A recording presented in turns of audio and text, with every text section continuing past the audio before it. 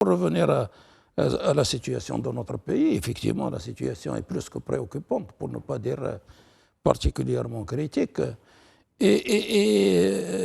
Quand je lis les analyses, les commentaires, les déclarations officielles, je suis frappé par le fait que le plus souvent, on se limite dans le diagnostic à évoquer uniquement l'amenuisement ou la réduction des apports pluviométriques, pas seulement les pluies, mais aussi les neiges.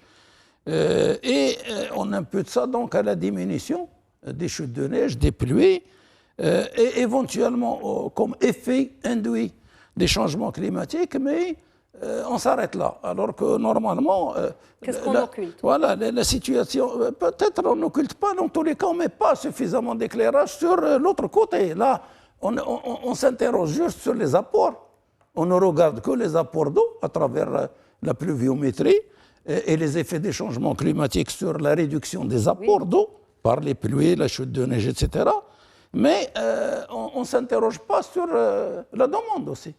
En fait, la situation actuelle de déficit hydrique, pour ne pas dire plus, c'est le résultat. Il traduit en fait quoi? Il traduit un déséquilibre qui tend à devenir structurel entre l'offre d'eau et la demande d'eau. Oui.